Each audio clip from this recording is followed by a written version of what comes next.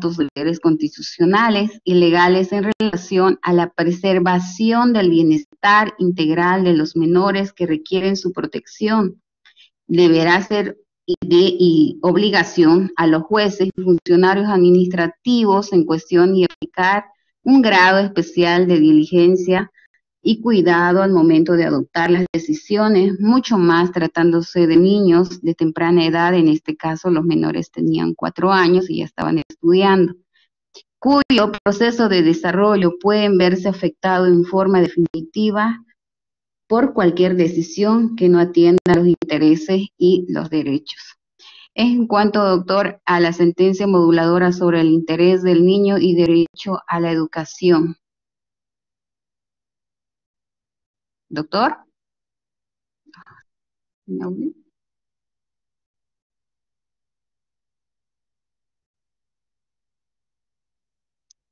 Muy amable, Martita, muchas gracias. Vamos a escucharle ahora a María Luisa Peñaranda. Peñaranda, ¿se encuentra? Buenos días, doctor. ¿Cómo está? Buenos días. Doctor, bueno, le agradezco mucho desde ayer intentando participar. Esta sentencia, pese a que ya la han dicho, doctor, yo la elegí, es la sentencia 018 S2. Ciertamente se trata de una acción de libertad interpuesta por la Defensoría a favor de una menor que fue víctima de violación, de violencia sexual, ¿ya? En primera instancia, la sala que conoció esta acción denegó la solicitud. Lo más relevante que pude encontrar, doctor, el análisis que hace el Tribunal Constitucional se basa justamente en analizar y 4 temáticas que derivan como derechos conexos. La tutela inmediata, y todos lo conocemos, con relación a la posibilidad tutelar de derechos conexos, que desde ahí empieza a nacer con el principio de informalismo que corresponde a la acción tutelar, y ahora sí, de lo más básico y donde sí se ha encontrado la modulación del control de convencionalidad, doctor, y donde están las bases y los estándares normativos de la protección jurídica generada sobre los derechos de las niñas, niños y adolescentes. Básicamente, acá se toman los principios de pro homine y la interpretación internacionales sobre derechos humanos, del cual se extrae la interpretación más favorable al derecho en cuestión, resultante de la tarea de control de constitucionalidad y o convencionalidad, ¿ya? Aquí se hace un análisis de la Convención Americana sobre Derechos Humanos, que reconoce el derecho a medidas de protección a cargo de aquel entorno en el que se desarrolla precisamente en su condición de menor, ¿no? Y vamos haciendo alusión al artículo 19 que habíamos dado lectura en la primera clase, doctor, de la Convención Americana sobre los Derechos Humanos. Ahí suma el artículo 16 del protocolo adicional de la Convención Americana sobre Derechos Humanos de Derechos Económicos, Sociales y Culturales, también que hace un reconocimiento al derecho de medidas de protección, así como desarrolla el derecho a la educación básicamente. Posteriormente, en el análisis que continúa es la Declaración Americana de los Derechos y Deberes del Hombre, que también en alusión a la protección y cuidado especial que gozan los niños. Ahora, lo más básico, ¿no? Es relativo justamente a la Convención sobre Derechos del Niño, del cual se extrata el artículo en que los Estados partes adoptarán todas las medidas apropiadas para promover la recuperación física y psicológica y la reintegración social de todo niño víctima de cualquier forma de abandono, explotación o abuso, ¿no? Ahí va marcando el análisis que realiza con relación a estos derechos conexos que derivan de la acción de libertad, ¿ya? En ese acápite hace mención básicamente al principio de protección especial y efectividad que corresponde en el análisis de un derecho vulnerado. Complementando el análisis que realiza la sentencia constitucional, hace también alusión al Comité para la Eliminación de la Discriminación contra la Mujer. Ahí nos hace un análisis del caso LS versus Perú de octubre del 2011, basado en la Convención sobre la Eliminación de toda forma de discriminación contra la mujer, que reconoció la obligación de protección reforzada que recae sobre las niñas, adolescentes y mujeres como mayores víctimas de violencia sexual. Finaliza con en el sistema americano con el análisis del caso Belis Franco y otros versus Guatemala, con la sentencia de 19 de mayo del 2014 sobre excepciones preliminares de fondos de reparaciones y costas, que es lo que resalta en esta sentencia, porque básicamente acá, como ya lo dijo el anterior colega que expuso la misma sentencia, doctor, se hace el desarrollo de los elementos de la reparación integral del daño, que las víctimas no solamente en violencia, ¿no? La misma es aplicable a otros casos. Ahorita, base en la Constitución Política del Estado, el artículo 113, numeral primero, y respaldado por el artículo 39 del Código Procesal Civil.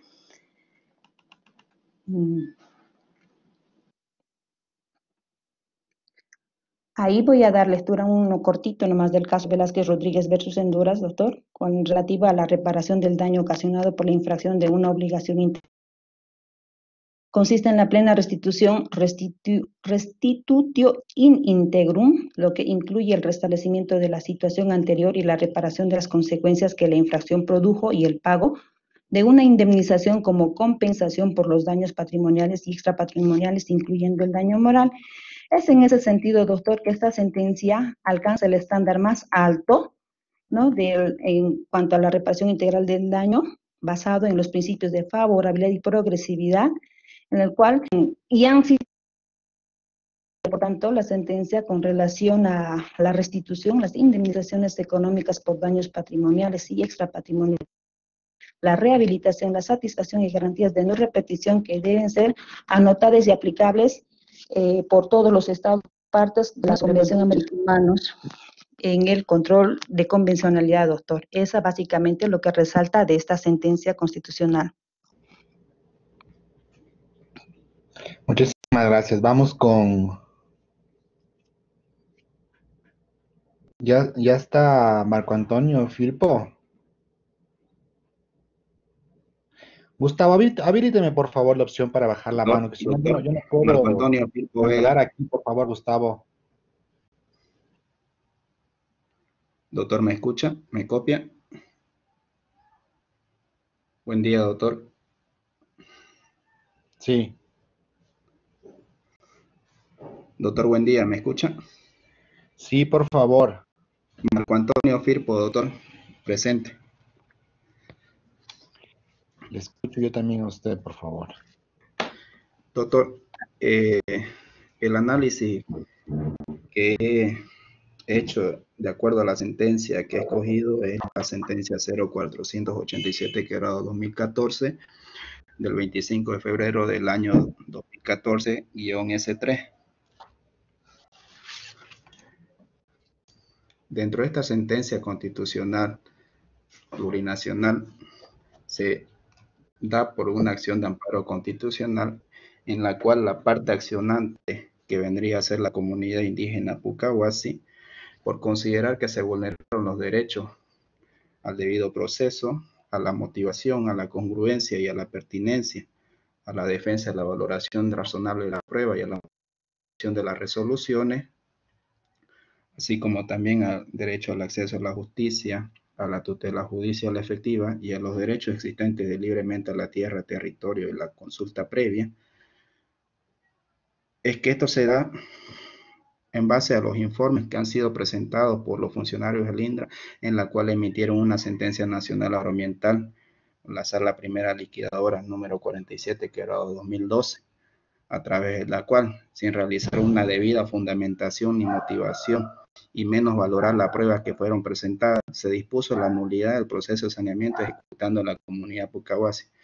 Es por ello que en consecuencia corresponde que el mismo Tribunal Constitucional referido con la sentencia ya mencionada verifica tales extremos, en la cual voy a pasar a mencionar lo siguiente: que haciendo el ejercicio del control de convencionalidad según la jurisprudencia en base a la sentencia constitucional ya mencionada, que sería la número 0487/2014, de fecha 25 de febrero del 2014, refiere que en el marco de nuestro sistema constitucional y la interpretación de los derechos y garantías ha establecido que los jueces, tribunales y autoridades administrativas tienen el deber de ejercer el control de convencionalidad en nuestro país, de acuerdo al siguiente entendimiento.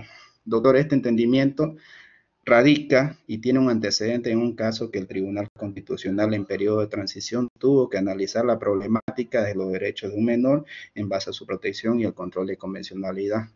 Esta ocasión en la cual señaló que como órgano encargado de la defensa de los derechos humanos, aparte del control de constitucionalidad, realiza también en labores el control de convencionalidad, resguardando la compatibilidad del sistema normativo interno con el bloque de constitucionalidad integrado formalmente al plexo jurídico boliviano. Ahora bien, conforme a lo señalado, se dice que los derechos fundamentales y garantías constitucionales tienen un lugar preeminente en nuestro sistema constitucional, debiendo hacerse mención fundamentalmente estos artículos que son clave, el artículo 13 y 256 de la Constitución Política del Estado, que introducen dos principios que guían la interpretación fundamental, los derechos fundamentales, que vendría a ser la interpretación pro homine, que ya fue mencionada por una colega anteriormente, y la interpretación conforme a los pactos internacionales sobre derechos humanos. Al respecto, este principio, el primer principio que vendría a ser la interpretación pro homine, refiere que los jueces y tribunales y autoridades administrativas tienen el deber de aplicar aquella norma que sea más favorable para la protección del derecho en cuestión, ya sea que esté contenida en la Constitución Política del Estado o en las normas de constitucionalidad, y de adoptar la interpretación que sea más favorable y extensiva al derecho en cuestión. Y bueno, y en virtud de la segunda, que vendría a ser la interpretación conforme a los pactos internacionales sobre derechos humanos, es decir, que tienen el deber de ejercer el control de convencionalidad, interpretar el derecho de acuerdo a las normas contenidas en tratados e instrumentos internacionales en materia de derechos humanos ratificados o a los que se hubiera adherido el Estado, siempre y cuando, claro está, que declaren derechos más favorables a los contenidos en la norma suprema, obligación que se extiende además al contraste del derecho con la interpretación que de él ha dado la Corte Interamericana de Derechos Humanos. Es decir, que en el marco de lo señalado precedentemente, es evidente que al momento de aplicar las leyes, los jueces y tribunales tienen la obligación de analizar la compatibilidad de la disposición legal, no solo con la Constitución Política del Estado.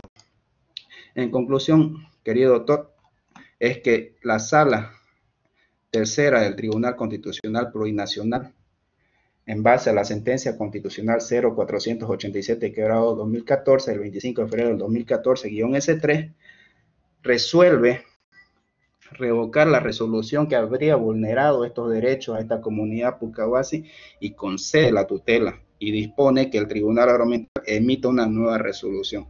Eso sería todo, doctor. Muchísimas gracias.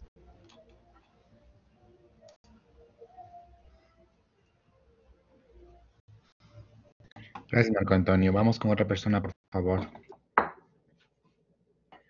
María Luisa, puede ser, o Erika, o Jessica, o Vivian. Sí, doctor, María Luisa. Por favor, adelante. Doctor, voy a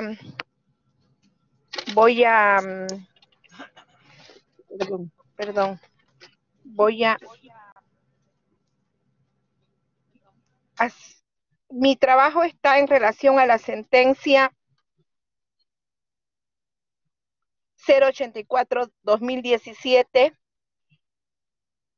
la cual permitió la reelección del expresidente Evo Morales, la cual se refiere a la acción de inconstitucionalidad abstracta interpuesta por Este es un excelente ejemplo. Muy bien, María Luisa, excelente. Por la Asamblea Legislativa Plurinacional. Quiero indicar de que esta sentencia constitucional se refiere a la normas que se solicitan, se declaren inconstitucionales, las cuales se referían al artículo 52 de la Ley del Régimen Electoral, en su numeral 3, el artículo 64, elección de autoridades ejecutivas departamentales, en su inciso D, y también la elección de asambleístas departamentales, elección de alcaldes o alcaldesas y elección de concejales y concejalas. Y demandaba la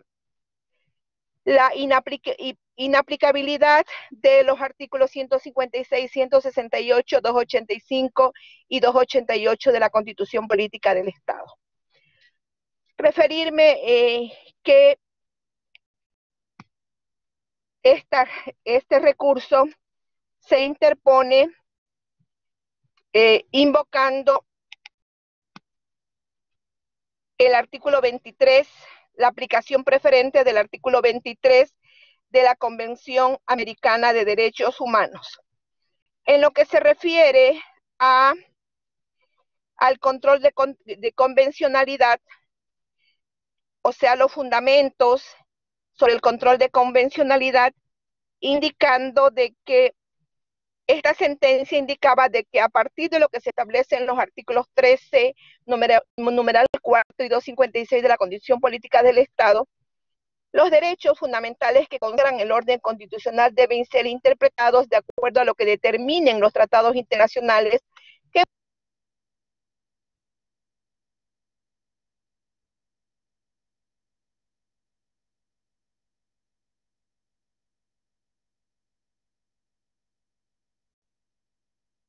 Se fue la señal, María Luisa. Perdón, doctor. ¿Me escucha? Sí. ¿Me escucha? Normas, perdón. Bueno, también indicaba, se me fue la idea, perdón, más favorables para la vigencia y ejercicio de tales derechos. Y indicaba que en el control de convencionalidad con el objeto de establecer la compatibilidad o incompatibilidad de las normas de la Constitución Política del Estado y las leyes con las normas del Sistema Internacional de Protección de los Derechos Humanos mediante la realización de una labor hermenéutica. También indicaba que efectivamente la Corte Interamericana, perdón, doctor, de Derechos Humanos había establecido, en el caso, dice Almonacid Arellanos contra Chile, que son los jueces y tribunales internos los que deben efectuar el control de convencionalidad.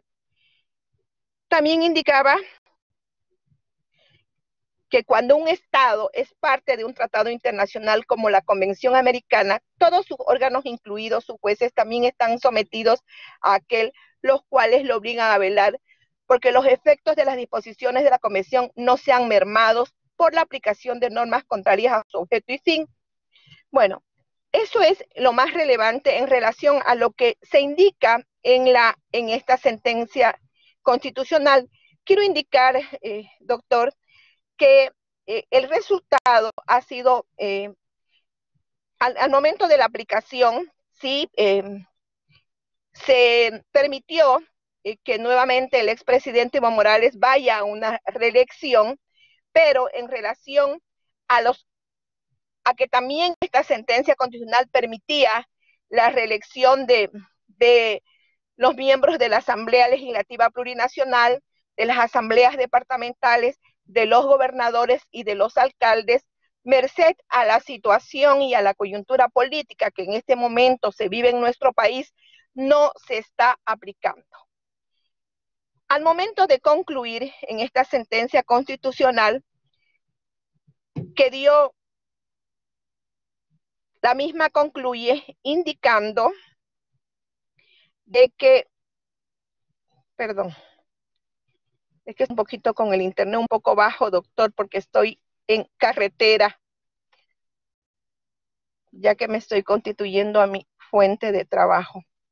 La misma concluyó indicando de que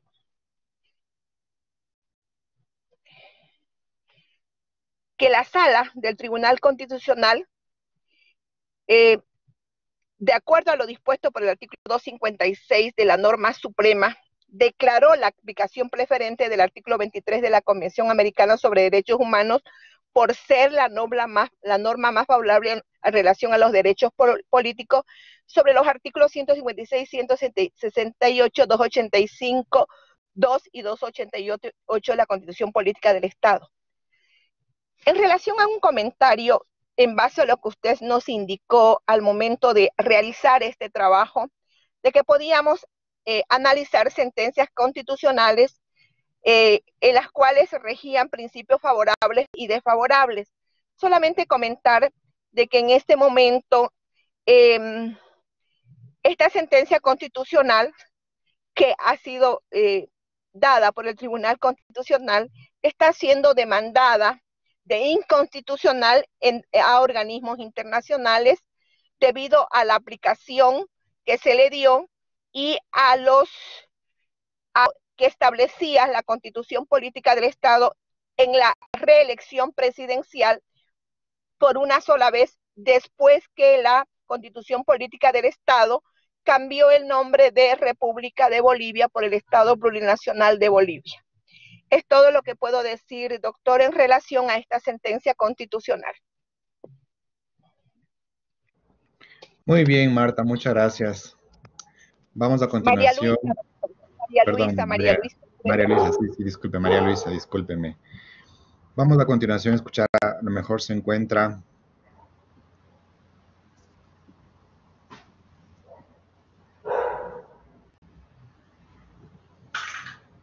Buen día, doctor.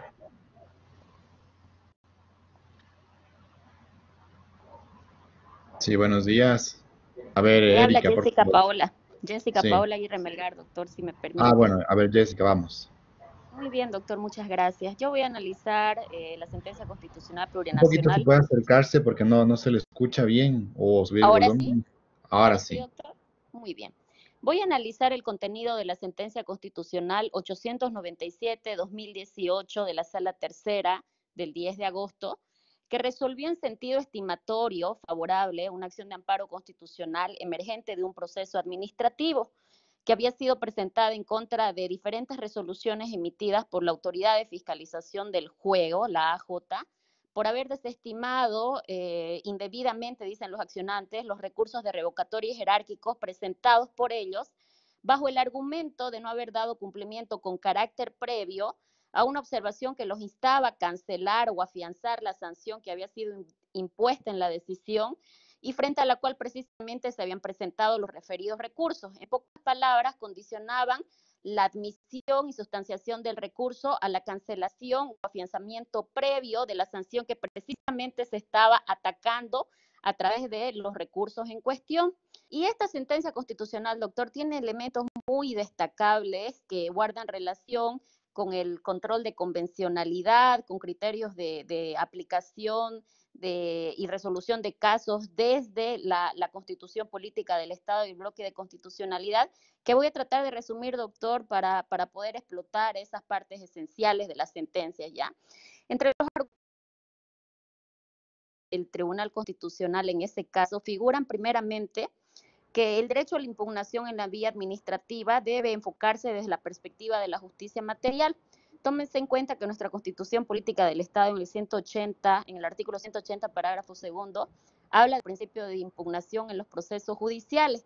Pero el Tribunal Constitucional señala de que de la lectura del derecho a recurrir, no solo desde la perspectiva constitucional, sino del control de convencionalidad, no solamente rige en el ámbito judicial el derecho a recurrir, sino también opera en sede administrativa y no debe limitarse a la consagración formal de un catálogo de recursos, sino que estos deben propender a la eficacia material del derecho procesal y del derecho sustantivo.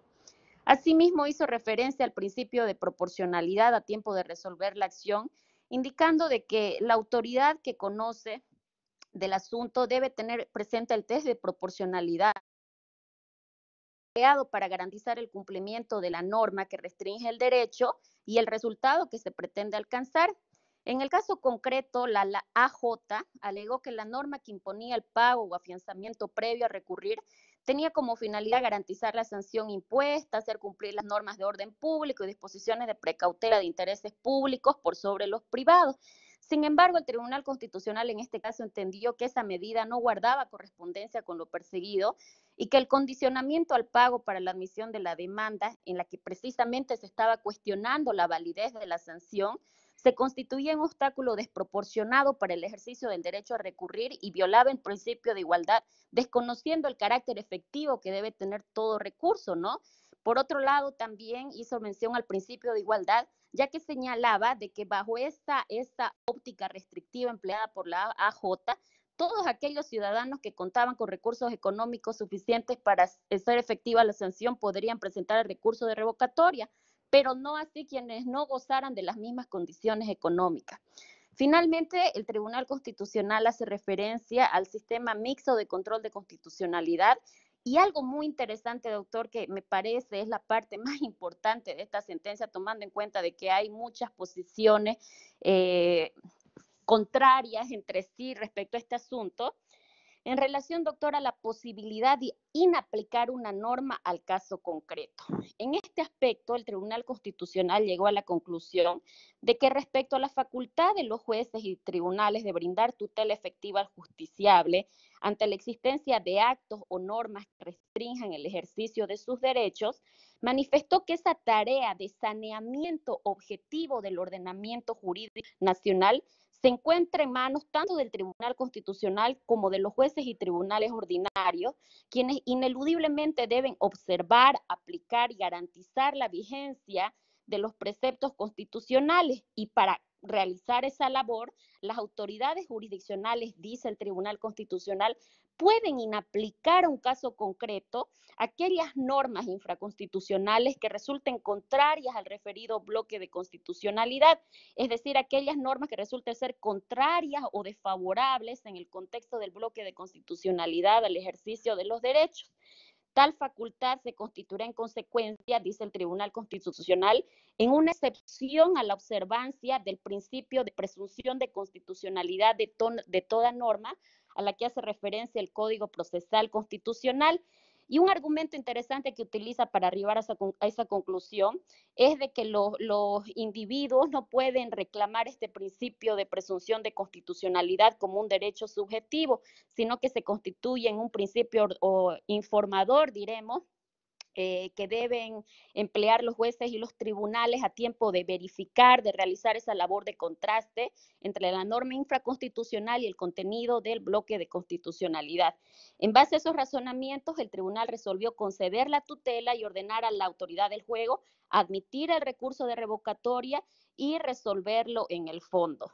Es importante señalar, doctor, que esta sentencia constitucional tiene como antecedente directo a la resolución de ese amparo una sentencia constitucional precedente, la 1905-2013, que declaró la inconstitucionalidad de la resolución regulatoria en la que la AJ basaba su decisión para desestimar el recurso de revocatoria y jerárquico interpuesto y que ya había sido declarada inconstitucional por el Tribunal Constitucional por infringir los derechos al debido proceso y a la defensa al condicionar el recurso de revocatoria al pago de la sanción impuesta, ¿no? Es decir, que esa segunda resolución en base a la cual la AJ desestimó los recursos incurrió en las mismas contrariedades al bloque de constitucionalidad y por eso es que el Tribunal Constitucional dispone su consiguiente inaplicabilidad al caso concreto.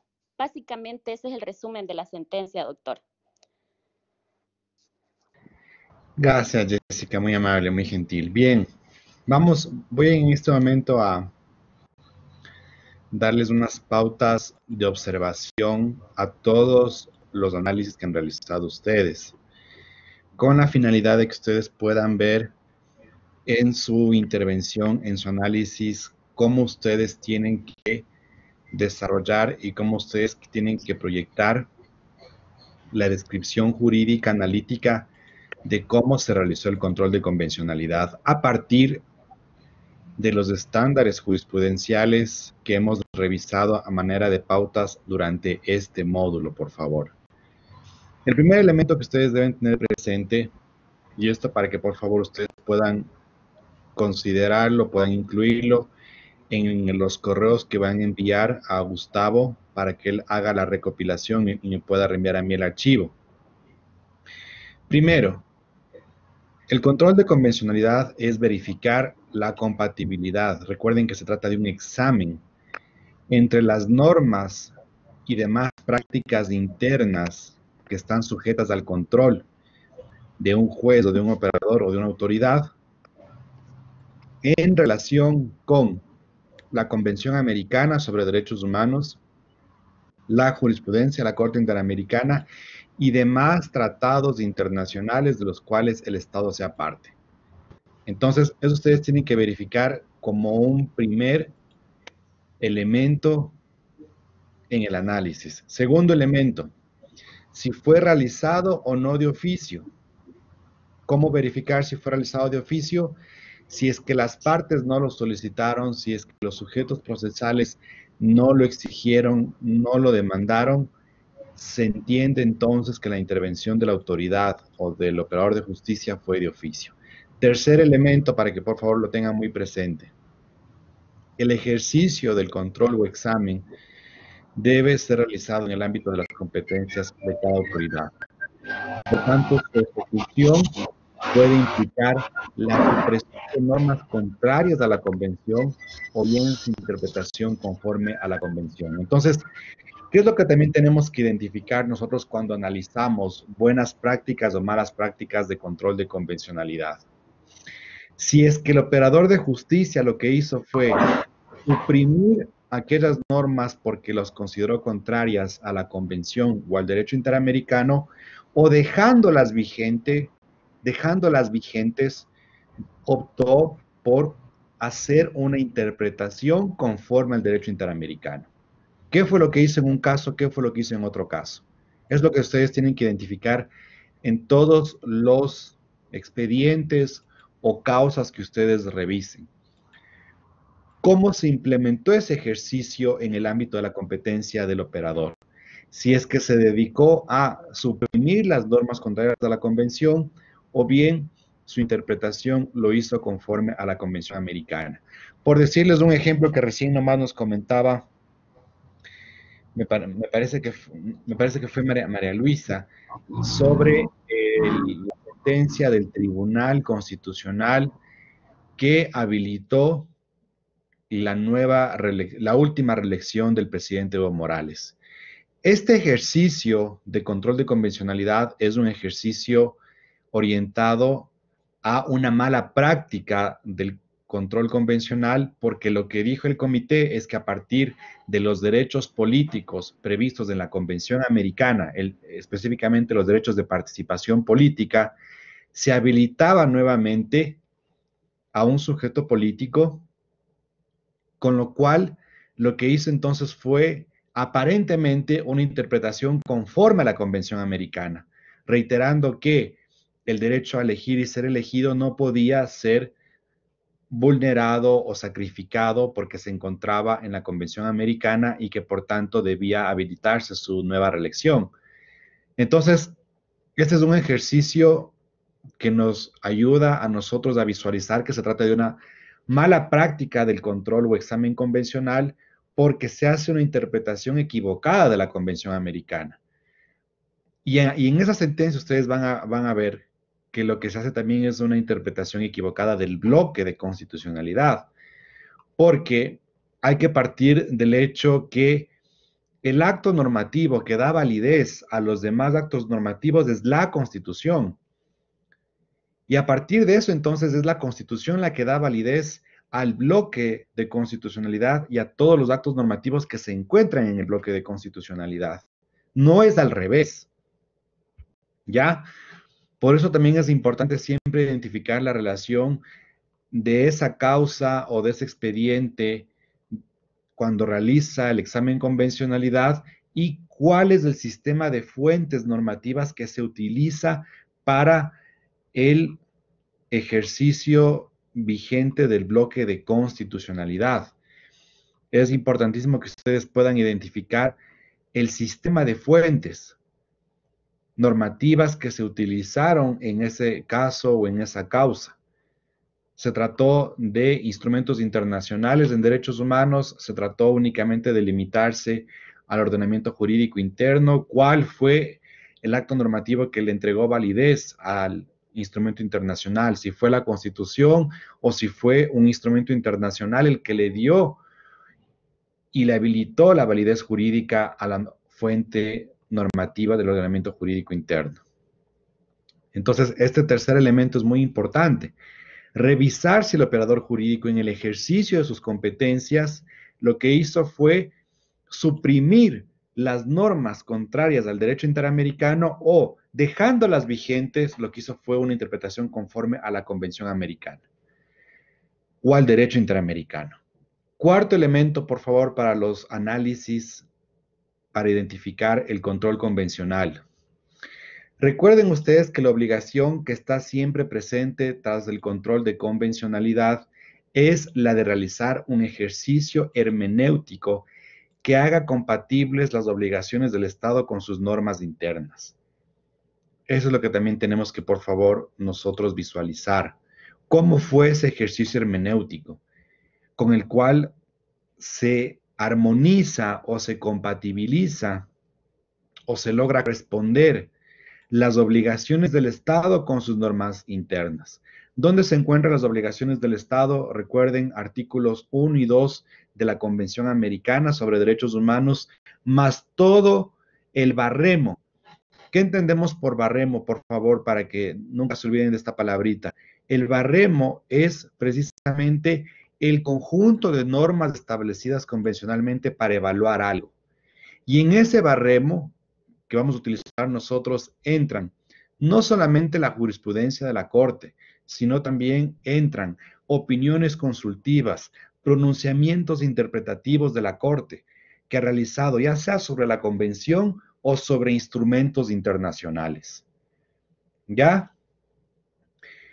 El quinto elemento para hacer el análisis convencional, por favor, que tienen que ustedes siempre tenerlo presente, ya sea para cuando ustedes ejerzan o vayan a realizar el test convencional o cuando estén analizando un caso. Esto es para ambos ámbitos.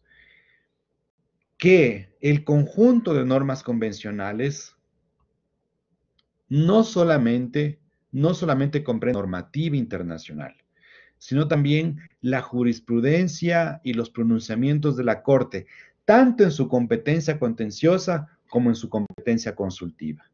Esto es súper importante porque en esa competencia consultiva, la Corte ha producido diferentes pronunciamientos que nos ayudan a entender cómo adecuar y cómo aplicar toda esa normativa internacional, todo ese conjunto de actos normativos internacionales aplicables en cada caso.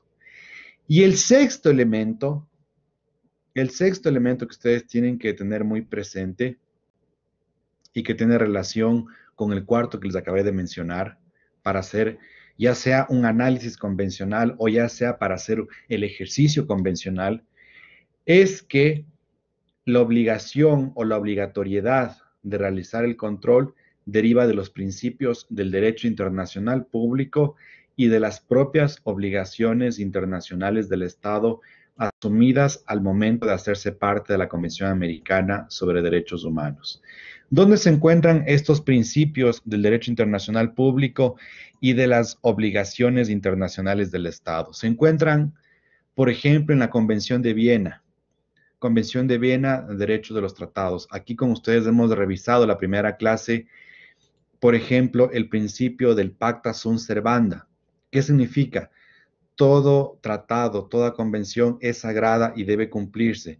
No pueden invocarse normas de derecho interno para el incumplimiento de aquellas normas o de aquellas obligaciones internacionales. Recordemos artículos 27, artículos 28, artículos 29 de la Convención de Viena o Derecho de los Tratados. Ahí se encuentran una parte. En otros artículos de la misma convención vamos a encontrar nosotros otras obligaciones. Entonces, estas obligaciones de los estados se derivan tanto de los principios del derecho internacional público o derecho de los tratados, como también de las propias obligaciones internacionales del Estado asumidas al momento de hacerse parte de la Convención Americana. En esas obligaciones internacionales del Estado, ¿qué vamos a encontrar nosotros, por ejemplo?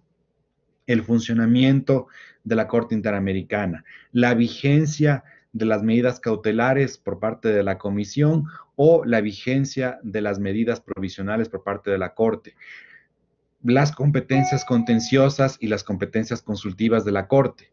Entonces, estos 6 elementos, y esto es justamente la recapitulación de lo más importante que hemos visto en este módulo, estos 6 elementos son los parámetros que ustedes deben seguir para esquematizar, ya sea cómo realizar el examen convencional o ya sea para analizar un control convencional que lo realizó un tribunal o un operador de justicia o una corte al momento de cumplir sus competencias. Sobre estos 6 parámetros, por favor, de análisis, quisiera escuchar que tengan preguntas. Quisiera ver si es muy claro, porque esto es la parte fundamental, el núcleo, el meollo central de cómo funciona y de cómo se ejerce el control convencional, por favor.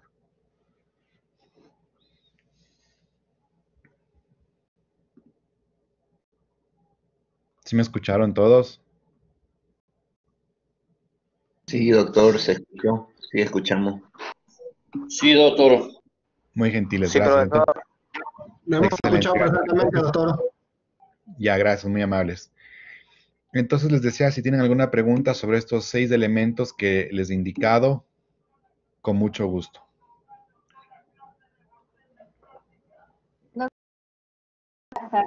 ¿Es posible que lo pueda pasar en el grupo por escrito sobre los puntos para que nosotros tomemos en cuenta para hacer el trabajo que nos estaba mencionando, por favor? Con mucho gusto. A ver, antes de eso me está pidiendo José, me parece, o Roberto, que escribió que le repita los 2 primeros. Con mucho gusto. A ver. Sí, José dice que repita los 2 primeros. A ver. Los 2 primeros parámetros o los 2 primeros factores que ustedes deben tener presente es, primero, tienen que verificar que el examen de convencional realizado o que van ustedes a ejercerlo, en el caso de que ustedes estén justamente en esa función, es verificar la compatibilidad de las normas y las demás prácticas internas, actos normativos, actos administrativos, con la Convención Americana de Derechos Humanos o Pacto de San José, con la jurisprudencia de la Corte Interamericana y los demás tratados interamericanos de los cuales el Estado sea parte. Y el segundo parámetro o el segundo factor a seguir es que debe ser realizado de oficio por parte de la autoridad o del operador de justicia. Estos 2 elementos son importantes y son los primeros para empezar nosotros a desarrollar lo que se llama esta figura del examen convencional. Cuando hablamos nosotros de verificar la compatibilidad, es que los operadores de justicia, al conocer actos normativos, actos administrativos, en el ámbito de sus competencias, según las materias, según la especialidad, por supuesto, ellos tienen que hacer este ejercicio de verificación, de armonización, de correspondencia entre los actos normativos con la Convención Americana, la jurisprudencia de la Corte y los tratados interamericanos de los cuales el Estado se aparte. Esto es súper importante como elemento de análisis porque yo les decía, comúnmente se interpreta, comúnmente se entiende que el control convencional se limita únicamente a la Convención Americana, que el examen convencional únicamente se limita a incluso algunos casos de jurisprudencia de la Corte. Pero ¿y entonces dónde quedarían los demás tratados interamericanos de los cuales el Estado sea parte? Es en esta figura, en este dispositivo del test convencional, donde la autoridad, el operador, el juez, debe efectivamente verificar si existe o no la compatibilidad. Ese es el punto de partida. Si es que no hay compatibilidad, si es que no hay armonía entre los actos normativos y los actos administrativos, ahí entonces se precisa, se vuelve necesario la intervención del operador para ejercer el control convencional, porque él está ya evidenciando una incompatibilidad. Y el segundo elemento, lo vimos muchas veces en clase con todos ustedes, que el examen o test debe ser realizado de oficio. Recuerden que se trata de un control difuso ex oficio, que corresponde a todas las instancias, en todos los órganos, de todas las autoridades del Poder Judicial y del Estado. Entonces no podemos esperar que únicamente es obligación realizarlo a las altas cortes, a los altos tribunales. Es competencia generalizada que deben cumplirla en todas las instancias, en todos los órganos y en todas las autoridades o servidores del Estado y del servicio público. Entonces, estos son los dos primeros elementos de lo que se llaman estos parámetros para el análisis o para el ejercicio del control convencional. Yo también les voy a copiar aquí en el chat para que todos lo tengan, por favor. Si alguien tiene otra pregunta adicional, por favor, le escucho. A ver, gracias, Karina. Digamos que esos son los datos que ustedes deben expresar en el análisis. Pero digamos que estos son los datos dentro del punto 2 y el punto 3, para que tengan un poco más de claridad.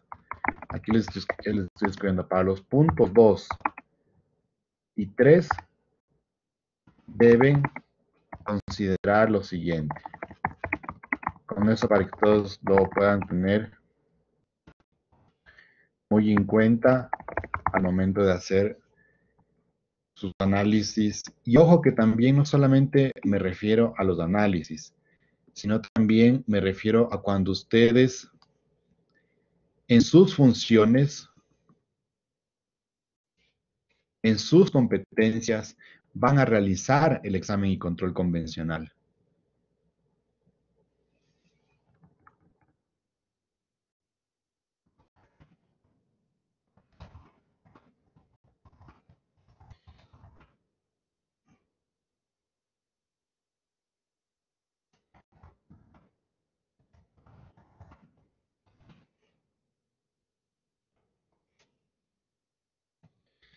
Listo, ahí les mandé para todos estos 6 parámetros que nos sirven tanto para hacer el análisis, la verificación del caso, como para también cuando ustedes se encuentren ejerciendo sus funciones, puedan ejercer el examen o el test convencional.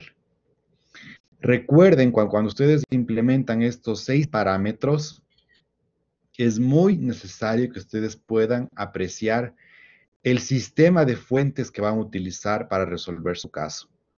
El sistema de fuentes es precisamente integrar e incorporar todos aquellos actos normativos internacionales que por intermedio del bloque de constitucionalidad se utilizaron para que pueda integrarse al ordenamiento jurídico interno de un Estado. Recordemos que subimos el anterior domingo. Tenemos pronunciamientos jurisprudenciales de la Corte del Tribunal Constitucional del Estado de Bolivia, en el cual ya nos ha dicho cuáles son los elementos y los componentes del bloque de constitucionalidad. Esos elementos tienen que estar incorporados necesariamente al desarrollo y al ejercicio del test convencional. Y por favor, y lo más importante, todos ustedes que son magistrados, jueces, letrados, operadores de justicia, por favor, y aquellos que también son abogados en libre ejercicio, otros son juristas, otros se dedican a libre ejercicio, otros son, por supuesto, investigadores y docentes, otros lo serán algún día, también jueces, magistrados. Recuerdo que vimos en los primeros minutos de nuestra primera clase, y esto ya para empezar a cerrar nuestro módulo. Depende muchísimo el enfoque con el que ustedes hacen y conocen un caso para que ustedes vean la forma en que lo resuelven. Tengan presente el ejercicio que hicimos de la reflexión individual, de la reflexión interna. Recuerden que los derechos humanos son prácticas, son procesos, son experiencias de vida y que indudablemente cualquier acto de esta naturaleza marca e influye la vida de una persona. Cuando conocemos, cuando analizamos casos relacionados con derechos humanos, el primer requisito esencial es tener empatía para ponernos en el lugar de esa persona y ver lo que esa persona vivió, lo que esa persona sintió. No podemos sino ponernos en el lugar de esa persona para nosotros intentar conocer y resolver lo que esa persona vivió al momento de tomar una decisión. Recuerden que de eso depende el 90% de cómo nosotros desarrollamos nuestro trabajo. Siempre el enfoque, siempre la visión, la óptica con la que vemos los casos que conocemos es lo que va a determinar la manera en que vamos a resolverlos. Ese ejercicio que hicimos los primeros minutos es determinante para que ustedes siempre tengan presente que resolver cuestiones o problemas sobre derechos humanos tiene que ser un ejercicio que incorpore un enfoque epistémico a la forma en que tratamos con los derechos humanos. Recuerden, los derechos humanos tradicionalmente nos han dicho que son principios, que son valores, que son atributos, que son garantías, que son medidas. Un largo etcétera tenemos ahí, pero principalmente recuerden ustedes esta concepción que yo les propuse trabajarla y que les va a ayudar muchísimo a ustedes. Los derechos como procesos sociales, como experiencias vividas, como prácticas que se construyen y se deconstruyen según la naturaleza, los contextos, según la situación de vida de cada persona. Eso es importantísimo para entender y cómo nosotros podemos aportar en una justicia transformadora. Si ustedes logran cambiar el enfoque y la percepción con la que analizan los casos, ustedes van a encontrar que las miradas jurídicas van a ser siempre distintas. Y después ya vienen estos parámetros del control de convencionalidad. Estos 6 parámetros que les he dicho, tanto para analizar los expedientes o las causas, como también el momento en que ustedes ya vayan directamente a ejercer el control convencional. Hago también un breve paréntesis aquí para decirles que las explicaciones del trabajo final del módulo está en el sílabo. Si alguien tiene alguna duda, este es el momento para yo poder dilucidar cualquier cuestión que se encuentre presente. El trabajo es individual, es construir un ensayo de tipo académico, un artículo de tipo científico, donde podamos, donde puedan ustedes, donde podamos en general, incluir los temas tratados en el desarrollo de este módulo. ¿Ya? Entonces, si tienen alguna pregunta, por favor, ese es el momento. Yo también voy a abrir aquí el sílabo, por si acaso, para tenerlo a la mano, si es que tienen ustedes alguna indicación. Profesor, Adelante, profesor, Carlos. son las que faltábamos todavía exponer nuestra tarea. Por favor, escuchemos a Carlos para escucharnos todos. Vamos poco a poco. A ver, Carlos. Gracias, profesor. Hemos estado escuchando atentamente la clase. Referente al ensayo, mi tema principal es el ensayo que vamos a presentar como trabajo final. El plazo de presentación, más o menos cuántas hojas va a ser el ensayo, estimado profesor. A ver, el número de hojas en función del número de palabras que está ya previsto en el sílabo. Si no lo tienen, si no se les descargó, si no lo compartieron, si se les confundió, yo puedo en este momento reenviarles el archivo del sílabo al grupo con todo gusto. El número de páginas está justo en el sílabo.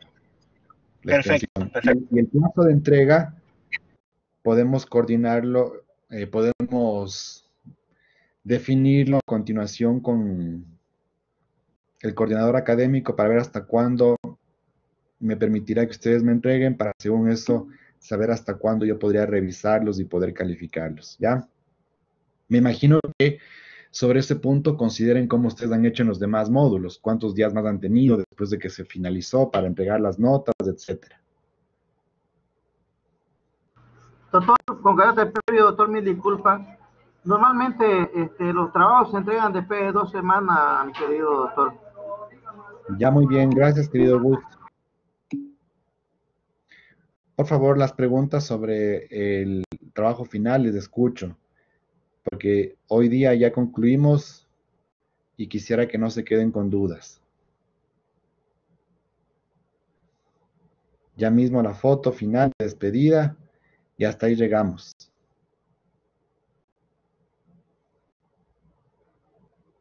Algo quería decir una compañera, me parece que habló. A ver, Hernán, le escucho. Gracias, profesor. El ensayo consiste justamente en elaborar un artículo, elaborar una sentencia, elaborar, no sé, supongo si es ensayo debe ser un artículo, ¿no?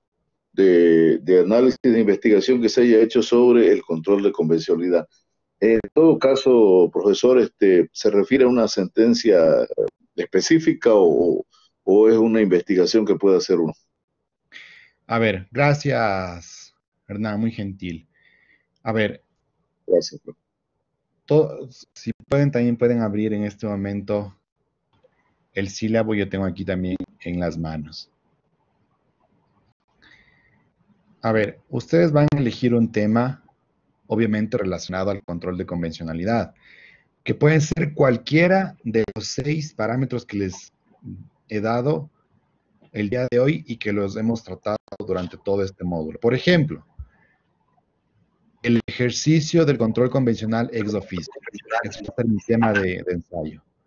Sobre ese tema, obviamente, yo tengo que analizar y utilizar, mejor dicho, las sentencias de la Corte donde me han dicho que el control convencional es un control difuso ex officio. Y sobre ese mismo tema yo puedo complementarlo con la sentencia que yo utilicé para el trabajo del día de hoy para aportar en mi análisis cómo funciona en la práctica el ejercicio convencional ex officio. Otro tema. El control de convencionalidad y las obligaciones internacionales de los estados. Yo voy a utilizar las jurisprudencias, las sentencias que ha analizado la Corte Interamericana para definir los alcances del control convencional y la relación, por ejemplo, con el derecho internacional de los derechos humanos, el derecho internacional público y toda la normativa relacionada sobre derecho de los tratados. Para ese trabajo, yo tengo que utilizar, obviamente, fuentes doctrinarias, fuentes conceptuales, y al mismo tiempo fuentes normativas y al mismo tiempo fuentes jurisprudenciales. Hoy día hemos hecho un trabajo de análisis de caso, de análisis de un expediente o de un proceso. El trabajo final ya es un ensayo o artículo académico en el cual yo puedo utilizar jurisprudencia nacional, jurisprudencia internacional, obviamente normativa nacional, normativa internacional, para sustentar o desarrollar el caso que yo estoy planteando.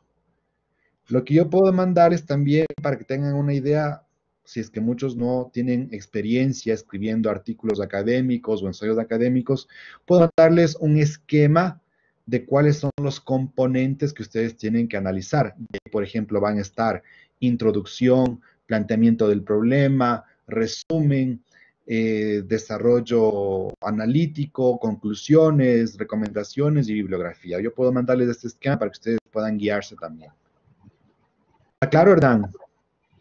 Sí, ese es el esquema del ensayo, que es como una monografía. Exacto, usted ya tiene listo, creo, ya escribió ya, o no todavía. Hola. Sí, hemos escrito más antes algunos artículos. Excelente. Muy bien, Hernán. Muchísimas gracias. Ya. Lo que, por favor, profe, la última sentencia que analizó usted, de la que nos podríamos nosotros servir, ¿cuál es, por favor? Por Es que el supuesto, internet está un poco muchas más, porque seguramente ustedes analizaron o van a analizar un tema, les puede servir esa sentencia como también les va a servir otras más. Recuerden ustedes que la fortaleza de un ensayo, de un escrito académico, está en que ustedes puedan sustentar sus ideas expuestas ahí con fuentes verificables. ¿Cuáles son las fuentes verificables? La jurisprudencia nacional y la jurisprudencia internacional. Ya. Por ejemplo, uno de los casos emblemáticos siempre que ha habido para la cuestión de control de convencionalidad, profe, es el caso Almonacid Arellano versus Chile. Claro, es el caso fundacional, es el que lo revisamos también en clase. Sí, ese es emblemático, ¿no? Por supuesto, es el caso fundacional cuando la Corte ya empieza a crear la denominación oficial del control convencional. Ya, se puede utilizar eso, ¿no? Ya. Por supuesto, ese y muchos más. Vamos, ¿quién Trabajadores cesados del Congreso versus Perú también es otro caso tema. de ese. Vamos, ¿quién gracias, más? profesor. Profesor, a ver, todavía. A ver, Con Roberto. carácter serio, doctor, me disculpa. Le podemos hacer la palabra al doctor Roberto Parada Mole, que es el coordinador de la maestría, por favor. Sí, yo estoy diciendo que intervenga Robertito, pero parece que no me escucha, Robertito. Profesor, muy buenas tardes, buenos días todavía, porque faltan 4 minutos para las 12. Querido doctor, quería hacerle una sugerencia. Usted también. Quería hacerle una sugerencia, querido doctor. Por supuesto. En consideración que ya este es el sexto módulo, querido doctor, de la maestría, con la bendición de Dios va a ser usted docente de otro módulo más, así se tiene planificado, hemos hecho la planificación con la doctora María Elena Tara. Y los grupos ya, quería comentarles, sé que el profesor es el que tiene la última palabra en cuanto al desarrollo metodológico del módulo y proceso de evaluación también, desarrollo metodológico en cuanto a la investigación, en cuanto al desarrollo de las clases y de la misma manera los métodos de investigación que da para efectos de proceso de evaluación, ¿no?, de cada alumno maestrante. Sin embargo, quería pedirle marcado favor, querido doctor, en nombre de los compañeros maestrantes, si puede hacer de dos maneras, ¿no? Uno, todos aquellos maestrantes que quieran hacer su trabajo de investigación que usted está dando de manera individual, que lo pueden hacer, ¿no? O también aquellos compañeros, digamos, ¿no?, que nosotros hemos conformado cada uno por afinidad, por desarrollo de trabajo durante estos 5 módulos ya, trabajos de grupo, y lo tenemos conformado ya los grupos, querido doctor, y le comentarle, ¿no?, de que cuando uno se junta no es que unos no trabajan o otros sí, digamos, ¿no? Aquí en el caso particular del grupo quien le habla, ¿no?, todos participamos y estoy seguro que de la misma manera también lo realizan los otros grupos, digamos, ¿no? Entonces, querido doctor, es un trabajo de investigación que lo más importante es el contenido del desarrollo del mismo para efectos de su evaluación de usted. Y pedirle encarecidamente si este trabajo final para el proceso de evaluación y asignación de nota al módulo lo podemos desarrollar de manera individual para aquellos que quieran o de manera grupal para aquellos colegas que quieran también realizar de esa manera. Yo le pongo en su consideración, querido profesor Paul, esperando su comprensión y su aceptación. Muchas gracias.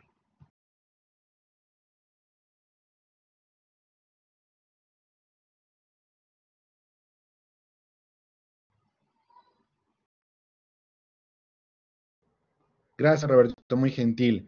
A ver, voy a analizar esta posibilidad porque quisiera yo también verificar exactamente quiénes son las personas con las que contamos, porque parece que hay personas que ya se encuentran retiradas, otras no sé si todavía seguirán cursando.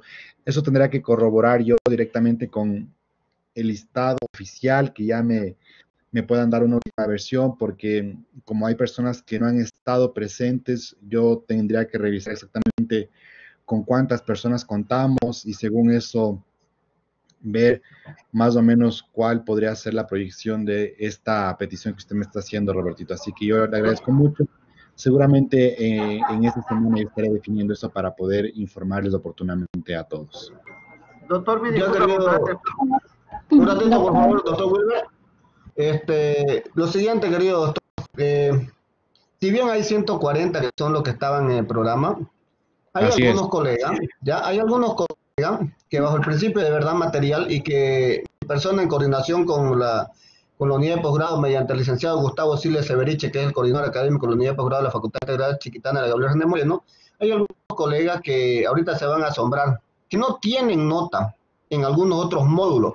Entonces, una estricta responsabilidad de cada uno de los maestrantes, estar en clase, uno, para el proceso de control de asistencia, y segundo, el tema también de la elaboración de los trabajos de investigación que han dado durante estos 5 módulos y con el sexto, ¿no? Entonces, nosotros en particular sabemos que cada grupo tiene una responsabilidad en cuanto a la participación de cada uno de sus compañeros maestrantes.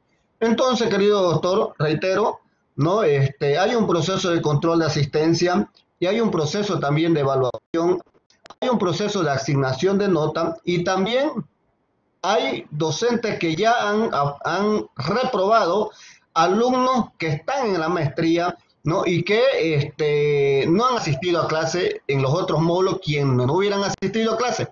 De acuerdo al reglamento general de la Escuela de Posgrado de la Universidad Autónoma de Gabriel René Moreno, existe un proceso de evaluación, doctor, ¿no? Y ese proceso de evaluación es respaldado para efectos de asignación de las notas en sistema de la universidad. Entonces, en el caso en particular, cada grupo tiene y sabe quiénes son los que participan, sabe quiénes son los que asisten a clase y sabe quiénes son los que desarrollan también el trabajo de investigación. Entonces, querido doctor, en el tema, digamos, ¿no?, del control de la lista oficial, le van a pasar la lista oficial, pero aquellos que no han participado y aquellos que no han hecho el trabajo, también usted lo va a poder reflejar de acuerdo a los datos que se envíen por cada grupo de maestrantes que haga el trabajo de investigación. Como le dije, pueden hacerlo de manera individual o también lo pueden hacer de manera grupal. Lo importante es que se haga un buen trabajo y usted pueda verificar la calidad académica que tienen sus alumnos de este programa, doctor. Muy gentil, querido Robertito. A ver, de una vez les indico, no habría problema en que ustedes puedan hacer el ensayo final, ya sea de manera individual o a manera grupal. Lo que sí les indico de una vez es que, obviamente, los niveles de exigencia de un trabajo en grupo son mucho mayores y son mucho más rigurosos que el nivel de exigencia de un trabajo individual, porque no se trata lo mismo del trabajo que una persona lo está realizando en la obtención de las fuentes de consulta, las fuentes bibliográficas, el análisis y el desarrollo de todo el trabajo, que lo que pueden hacer más de 3 personas para tratar de esa manera de hacer juntos una investigación. Entonces, obviamente, el nivel de rigurosidad y de exigencia son mayores entre un trabajo de grupo con relación a un trabajo individual. Yo no tendría ningún inconveniente en que el trabajo final lo puedan presentar ya sea de forma individual o de manera grupal. Pero sí le reitero que quienes van a hacerlo en grupo tienen que hacer un trabajo muy bien elaborado porque obviamente yo seré mucho más exigente con esos trabajos.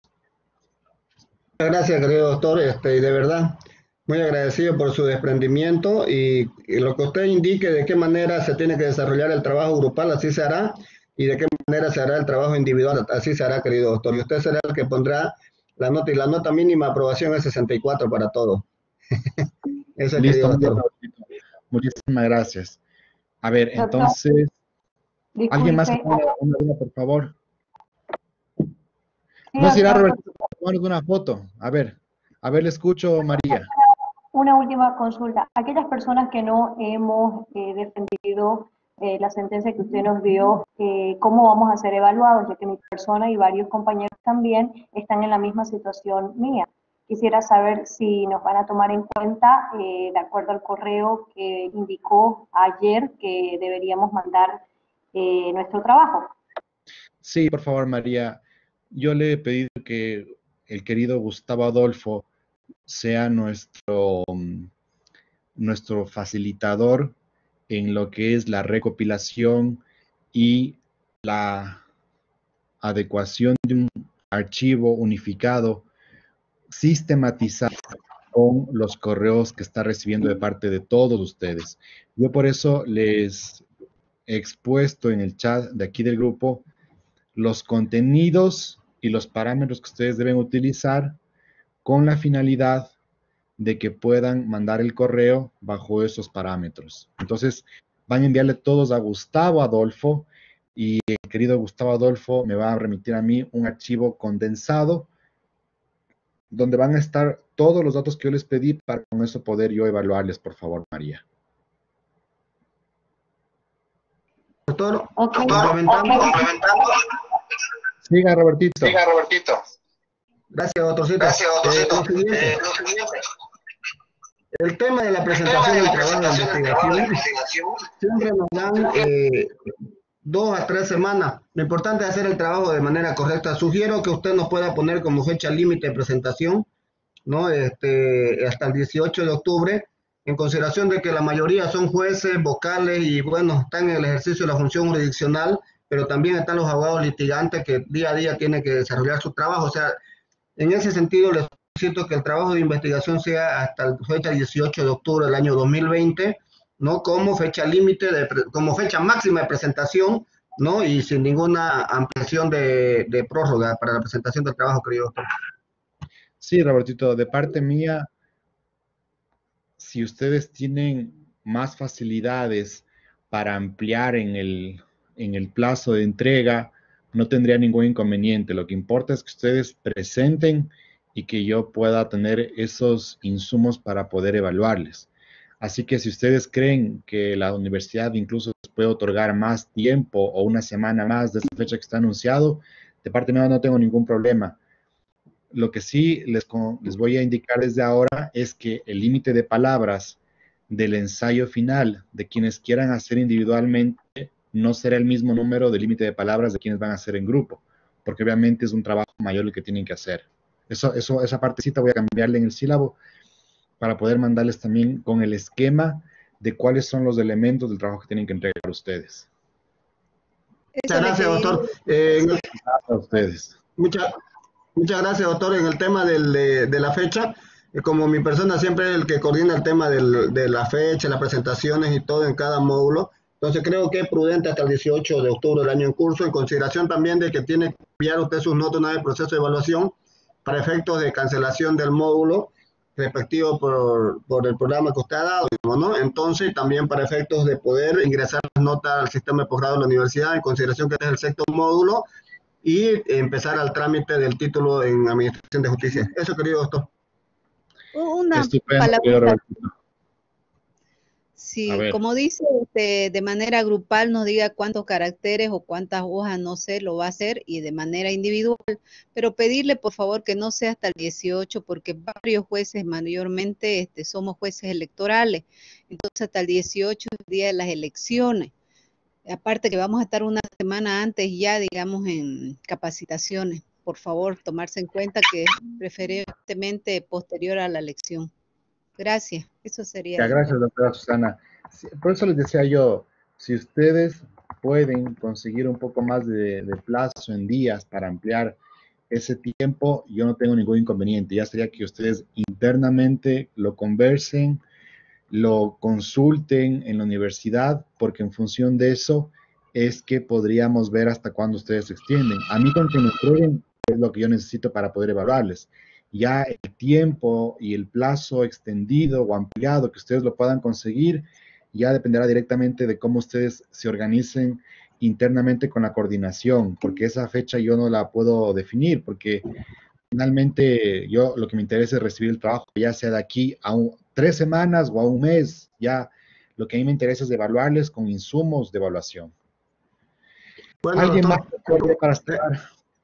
Ya para cerrar, querido doctor, en consideración a lo que manifestó la compañera, bien, efectivamente, las elecciones generales se van a desarrollar en el mes de octubre, digamos, ¿no? El 18 de octubre, que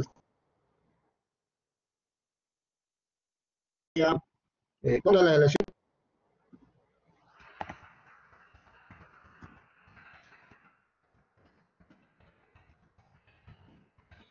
Le fue el audio a Robertito, creo. Sí, se le fue el audio. Doctor, con carácter previo, doctor, mil disculpas. Lo que pasa es que aquí hay un problemita. Si es una intervención con la sentencia, entonces las personas que no pudieron intervenir, entonces tienen que mandar su informe escrito, ¿no ves? Entonces yo voy a hacer la compilación de todos los informes que manden escritos solamente a las personas que no hubiesen dado su informe, no hubiesen defendido la sentencia de manera verbal. Eso quiero que el doctor le explique, Doctor, yo estoy en clases de un inicio y no se me ha tomado en cuenta, no se me ha llamado. Ricardo Segarra está desde un principio, doctor, para hacer mi participación. Gracias, doctor. Sí, Ricardo. Doctor Ricardo. Sí, doctor. Ricardo, por favor. Sí. Ricardo, como usted tiene su apellido con Z, llegamos apenas a la mitad de la lista, estábamos por la M, era imposible alcanzar a que usted pueda intervenir en orden, pero si seguramente usted alzaba la mano para intervenir cuando no estaba alguien, yo inmediatamente le hubiera dado la palabra. Qué pena no haya podido haberlo hecho, pero lo que les expliqué a todos, y les repito por favor para que quede claro para todos y todas, tanto a quienes intervinieron y alcanzaron a ser escuchados, como aquellos que no pudieron hacerlo por situaciones de internet, por situaciones de tiempo, por situaciones de la señal, por situaciones de que se encontraban en audiencias, entre tantas otras razones, todos van a enviarle al querido Gustavo Adolfo a su correo, y Gustavo va a ayudarnos condensando un archivo único donde van a estar los análisis de trabajo, tanto de quienes sí expusieron como de quienes no alcanzaron a hacerlo, porque la idea, como les dije, es tener un archivo unificado, consolidado, tanto para material del curso como también para yo tener mi medio de comparación con mi registro, que lo tengo aquí escrito, de quienes sí intervinieron. Entonces, por esa razón, van a enviar todos el correo a Gustavo, tanto de quienes sí pudieron exponer e intervenir, como de quienes no alcanzaron a hacerlo. Y eso también es un insumo adicional que tengo yo para valorar el módulo. Muchísimas gracias, doctora. Gracias, a doctor. A usted. No sé si alguien más quiere venir rapidito para poder escucharles. Muchas gracias, profesor. Hemos aprendido mucho. Bueno, yo ahora sí quiero agradecerles infinitamente por esta oportunidad de trabajar con ustedes, de conocerles, de escucharles, también de alimentarme, de nutrirme, de crecer humanamente y profesionalmente a través de cada una de las intervenciones de ustedes. Para mí ha sido un inmenso honor, un inmenso motivo de distinción el haber estado compartiendo con todos y cada uno de los aspirantes, de los estudiantes y principalmente de los colegas, porque estos somos en definitiva todos, amigos y colegas que compartimos este módulo en la maestría en Administración de Justicia con mención en Derechos Humanos de la querida Universidad Autónoma Gabriel René Moreno, aquí en la unidad de posgrado. Así que infinitas gracias por todo su apoyo, por toda la atención, por todas las emociones compartidas en este módulo. Sé que no ha sido fácil para muchos de ustedes por las complicaciones en la conexión, las dificultades en el internet, pero aquí estamos juntos siempre para con el corazón y con la mente seguir estudiando derecho y seguir nosotros creciendo en esta tirada que les mencionaba. Lo humano, lo profesional y lo académico siempre tienen que ir juntos, porque no podemos desarrollarnos en uno si no estamos completos de nosotros dos. Así que millón gracias por siempre gustosos de compartir nuevos escenarios con el querido país de Bolivia. Me reitero en los saludos que les dije el día de ayer hacia la querida Santa Cruz en sus 210 años de homenaje. Y para mí, como siempre, será siempre motivo de satisfacción estar en contacto con ustedes. Si ustedes creen prudente, podemos hacer también un grupo específico solo de este módulo para solventar cualquier duda que ustedes tengan, porque entiendo que este grupo que tenemos en WhatsApp es de todos los módulos, de toda la maestría, incluso con cuestiones administrativas y financieras. Pero si ustedes quisieran, podríamos también hacer un grupo solamente de este módulo para solventar cualquier duda que ustedes tengan en el futuro. Ahora sí, les agradezco muchísimo por todo. Quedo a su entera disposición, a su entera satisfacción y les agradezco muchísimo siempre por su atención, por su apoyo y por todo el entusiasmo en estas clases. Millón gracias. La palabra, profesor. Muchas gracias, doctor.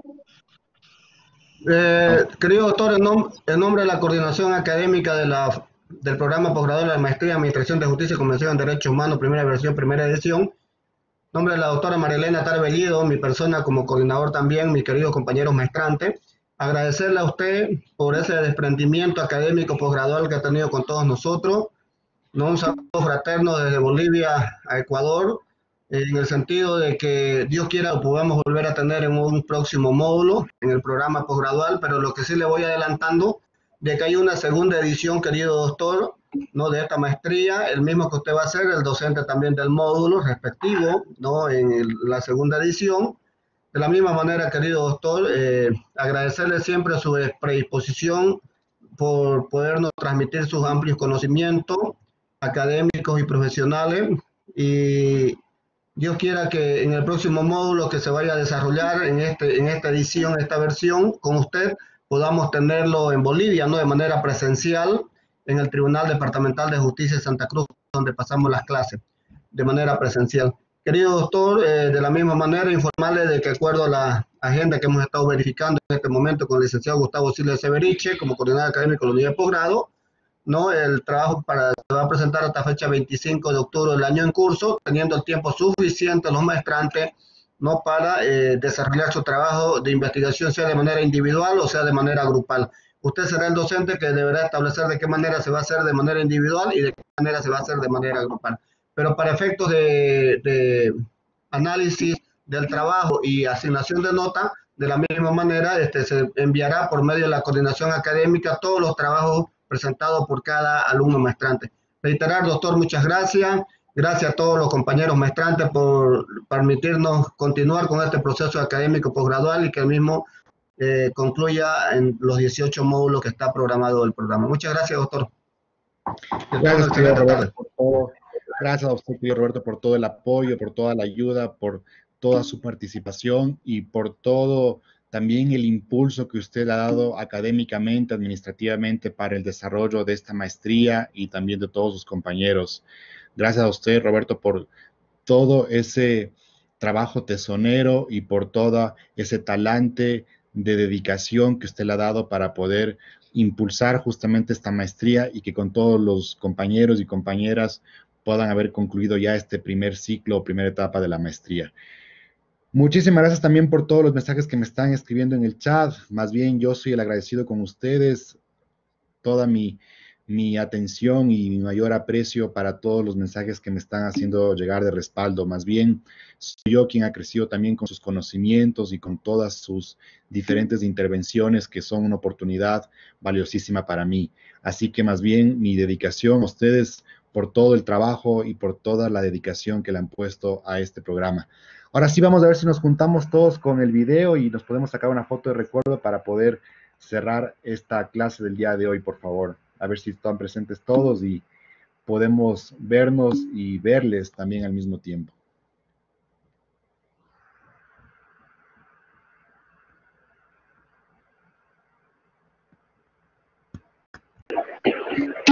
Excelente módulo, profesor. Muchas gracias. Pueden encender su cámara, queridos compañeros. Enciendan su cámara. Y despidámonos con el profesor. Un saludo. Muchas gracias, doctor, por todo. Saludos, doctor. A ustedes, muchísimas gracias. Muchas gracias, doctor. Le agradezco. Muchas gracias. A ustedes, muchas gracias, mi amor. Gracias, doctor. Un abrazo. Hasta la próxima. Siempre una... Gracias por su enseñanza.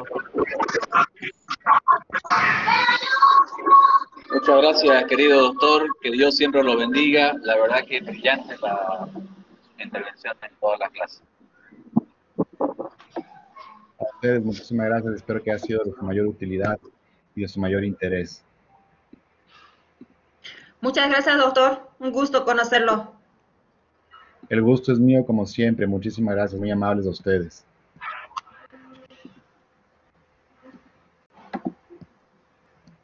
Pueden despedirse, profesor. Seguimos 65. Vamos despidiéndonos. Gracias.